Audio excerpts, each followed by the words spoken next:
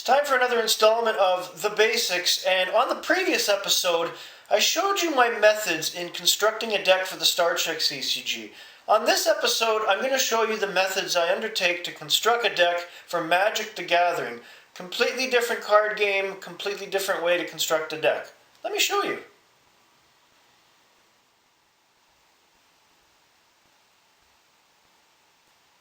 Wow, Magic cards! In all seriousness, constructing a deck for Magic the Gathering has different methods altogether than other card games. And as asinine as this is going to sound for the first step is you need a cool deck box to put it in. Because with Magic, you can get so many cool different deck boxes with creatures and weird shit on it. So you got to start with that. But when you get into the cards, and I've mentioned this on previous shows how important this first step is, the first thing you have to do after choosing your color is get your mana, aka land cards. And as I've stated, the happy medium for mana is 35%. Sometimes 40 depending on the size of the deck, but 35% is the happy medium and the amount of mana you need in a deck.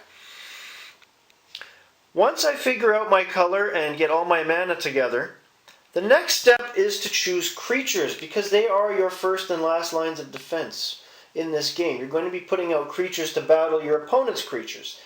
And this is my black deck that I'm using as an example. So I have a mixture of creatures from skeletons, cobras, maggots, all sorts of nasty things that can do a lot of damage and also have secondary attributes and different things in the card lore that can help me out. Very important to have a certain amount of creatures and 3 or 4 of them. And Magic is that type of card game where you normally need triples or quads of certain cards to be effective, in which this deck has. Once I've figured out my creatures, I move on to instants, sorceries, spells, and cards like that, and enchantments. Because they are the backbone of the deck after your creatures. You're going to want to counter what your opponent is doing, make certain cards of his go out of play, and straight away deal damage to creatures and his own life total. So you have to find the happy balance of cards that will help you do damage to him but keep you going as well. The next step is artifacts. This is an important step because not all artifacts work with every deck, as I've stated before. So you have to find artifacts that will work with the color or colors that you're using, especially if you're dealing with a multicolored deck. I have an assortment of artifacts that both help me and stimmy my opponent, much like my other pile of cards, and a lot of them come in handy and help me add to my mana pool when I need it. The second last step is walls. Now, some people consider walls the same as creatures because of the attack-defense values. I always do walls last because I might not always need them in a deck depending on the type of deck I'm building.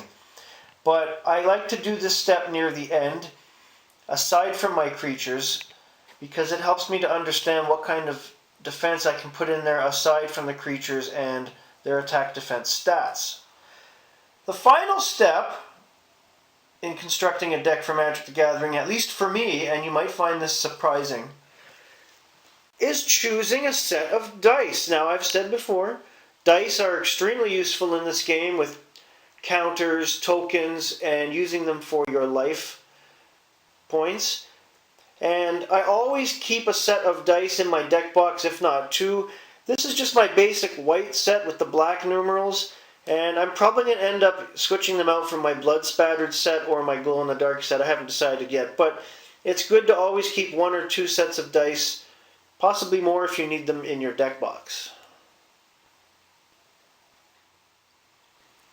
Now, obviously you need a minimum 60 cards to play a game. And as I've shown on a previous episode, decks can come in all shapes and sizes. You don't have to have a limit on your cards unless the tournament you're going to specifically says that. My decks for Magic the Gathering usually hover between 85 to 95 cards in that realm, and that's mainly due to the fact of the 35% mana, and I like to have a lot of creatures in most of my decks to do a lot of damage.